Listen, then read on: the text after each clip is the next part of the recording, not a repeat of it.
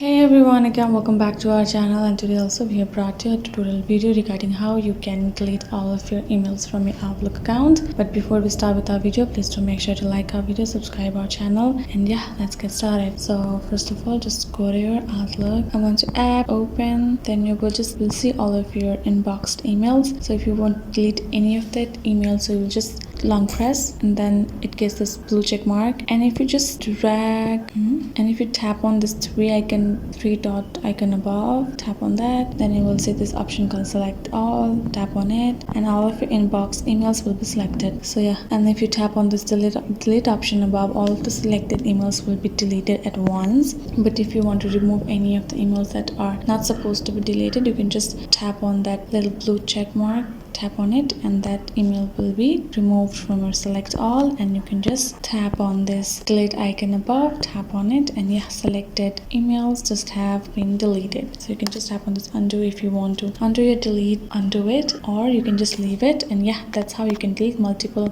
emails from your Outlook at a time. And yeah, I hope this video has helped you. Please do make sure to leave comments below so we can make other videos according to your need.